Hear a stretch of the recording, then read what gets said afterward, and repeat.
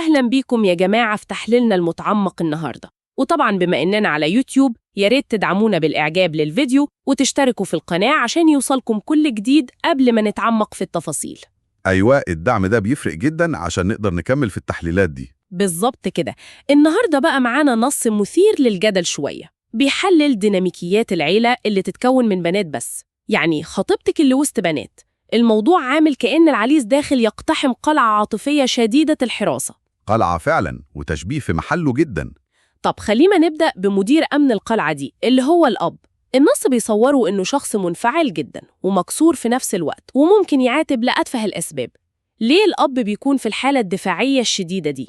بصي، غياب الأبناء الذكور بيعمل حالة كده من الاستنفار. الأب بيحس إنه لازم يفضل في حالة دفاع نفسي مستمر عن بناته، كأنه بيحوط عليهم طول الوقت. يعني مفيش حد تاني يسند معاه. بالظبط، فهو بيعتبر أي حاجة صغيرة تهديد، وده بيخليه دايما على أعصابه ومنفعل. طب والأعمام والأخوال، يعني ليه بنحس إنهم بيراقبوا من بعيد وتدخلهم بحذر بالغ؟ دي نقطة مهمة.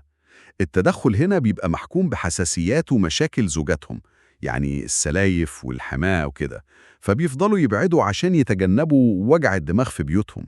ياه، يعني القلعة مقفولة عليهم هم بس. طب وسط التحديات دي، النص بيقدم 3 ثوابت للنجاة للعريس. أولها الزواج من البنت الكبيرة. أيوة، بس بشرط إنها تكون عاقلة وبتحافظ على الخصوصية بصرامة. مظبوط.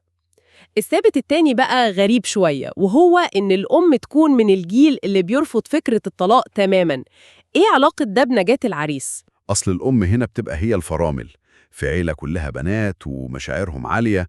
لو الأم بتشجع على الطلاق، البيت هيتهد مع أول مشكلة، لكن رفضها للطلاق بيخليها حليف خفي للعريس. أيوة فعلاً، بتحافظ على الكيان. طب التالت بقى، واللي أنا شايفاه بصراحة أكتر حاجة ملفتة، هو الخال الصغير. هل ده نعتبره الشفرة السرية أو التشيت كود للسيطرة على العيلة دي؟ جدا. الخال الصغير المحبوب ده بيكون بمثابة أخ ليهم. البنات بترتاح في الكلام معاه. يعني العريس لو كسب الخال ده كسب العيلة؟ بالظبط، لأنه بيضمن وجود وسيط مسموع الكلمة يقدر يحل المشاكل بعدين من غير صدام مباشر مع الأب. طب كل ده لو الخطيبة هي البنت الكبيرة، ماذا لو ما كانتش هي الكبيرة؟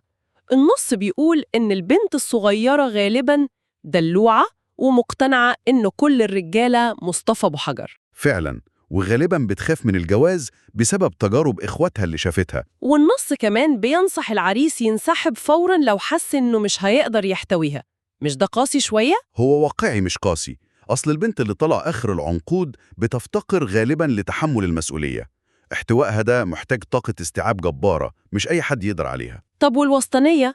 النص جاب سيرة اختبار البوصلة. إيه البوصلة دي؟ البنت الوسطى دايما تايهة بين الكبيرة والصغيرة، فلازم العريس يراقب هي بتقلد مين من إخواتها، مين بوصلتها. لو بتقلد أخت عاقلة تمام، لو بتقلد أخت متمردة يبقى هنا في مشكلة. تحليل دقيق جدا. طب وبالنسبة للبنت الوحيدة؟ دي بقى حسب المؤشر، يا إما تربية والدها يا إما دلال والدتها، مفيش وسط. طب مع كل التحذيرات والتعقيدات دي، هل في مكافأة كبرى في النهاية للعريس اللي بيستحمل؟ ياه، مكافأة عظيمة. العريس الذكي اللي بيحتوي العيلة بيتحول مع الوقت للأب البديل ليهم، خصوصا بعد وفاة والدهم. يعني الحماية بتعتمد عليه وكلمته هي اللي بتمشي. أيوة، وبياخد أجره عظيم في الآخرة بجبر خواطر البنات دي كلها. إذن المهمة بتتحول من مجرد محاولة تأقلم لدور قيادي وأبوي كامل. بالظبط. وهنا بقى في فكرة للتأمل عايز أطرحها. اتفضل، إيه هي؟ لو الزوج نجح فعلا وبقى هو الأب البديل لإخوات زوجته وصمام الأمان للعيلة كلها، إزاي الدور القيادي ده هيغير من ميزان القوة داخل علاقته الزوجية الخاصة في المستقبل؟ هل الزوجة هتتقبل سلطته دي جوه بيتهم كمان؟ ده سؤال عميق جدا ومحتاج تفكير فعلا. وهنا بقى يجي دور متابعينا. شاركونا في التعليقات إيه أصعب تحدي في رأيكم عند التعامل مع العيلة دي. منتظرين نقرأ آرائكم كلها. وما تنسوش بعد ما تجاوبوا تشوفوا باقي حلقات سلسلة إزاي تدرس خطيبتك اللي بنشرحها دلوقتي، وتتابعوا كمان سلاسلنا التانية المهمة زي إزاي تدريسي خطيبك وسلسلة قطوف كولا الخطبة.